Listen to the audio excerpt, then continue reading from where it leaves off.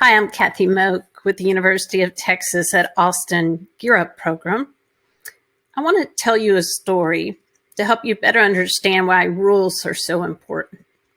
So when my sons were toddlers, we loved to go out every day. We would go to the grocery store, the dollar store, the library, the park, anywhere we could just to get them out of the house. So they would always want to wear their capes or their Bob the Builder construction hat or cowboy boots. It was always an adventure. We'd get to the grocery store. We'd name all the colors in the produce. We would count the stairs on the slide. It was fun. But a problem began to emerge. So every time we would go to the grocery store, they would ask for something in the checkout line. And I would say no. Then they would either beg or they would melt into a pile of tears. So I knew I had to solve this problem. One day, after parking at the local grocery store, I decided to make a declaration. So I said, boys, the rule is no asking at the checkout. Now, they didn't respond. So I said, what's the rule? And they said, no asking at the checkout. That's right. That's the rule. So we made our way through the grocery store and they asked for cereal and cookies and many other things as they would. And as we approached the checkout line, I asked them again, what's the rule?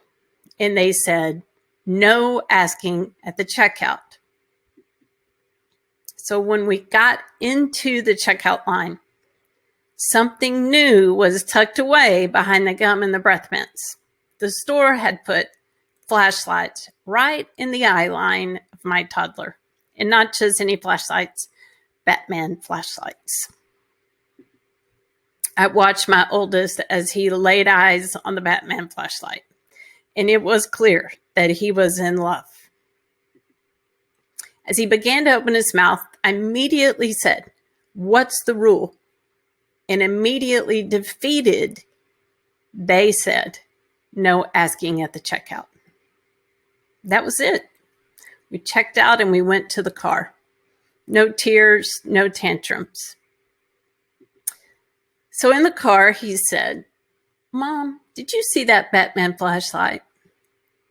And I said, yes, I did. You should put that on your Christmas list.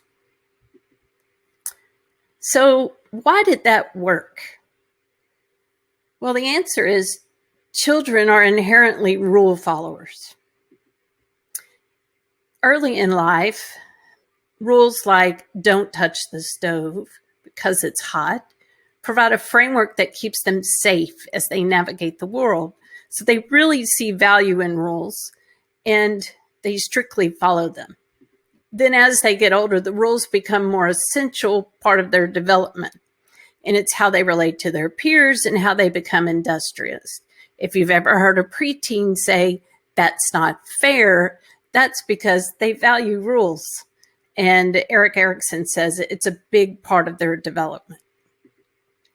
So when I told the boys it's a rule, I made it objective. When we didn't have a rule, it was subjective. They believed they could still reason with me. But when it became a rule, they didn't think they could reason with a rule. But it's not just children that follow rules. We all do it. We weigh their expectancy and value as we go through life. We absolutely follow the rules on an airplane because if we don't, we'll be asked to leave the plane. So our expectancy is high that there will be consequences for not following the rule. So we follow the rules. A lot of us do it during a pandemic. We do it to protect our neighbors. We do it to protect ourselves. And in that case, the value is high. Our value of protecting someone else is enough to motivate us to wear a mask. And even though sometimes the expectancy is low for some people, the value is great. And so most people wear a mask. Now, there are times where we only sometimes follow the rules. A good example of that is when we're driving. So while most of us speed at some time or another, almost all of us obey the speed limit when we see a police car. That's because our expectancy of getting a ticket goes up and our value does too. So we're motivated to slow down. At the end of the day, we have to be really consistent when we enforce rules, or there will be no motivation to follow them. So imagine what would happen if flight attendants did not give their overview of the rules before each flight. They would probably have to go remind each passenger to put their seatbelt on and to put their tray table up.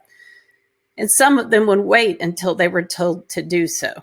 It's just the nature of man. But imagine what would happen if a police officer never enforced a certain strip of highway. The word would get out, the drivers would likely speed, and there would be more accidents, kind of like the Autobahn. So when my boys were told there was a rule, they just followed it.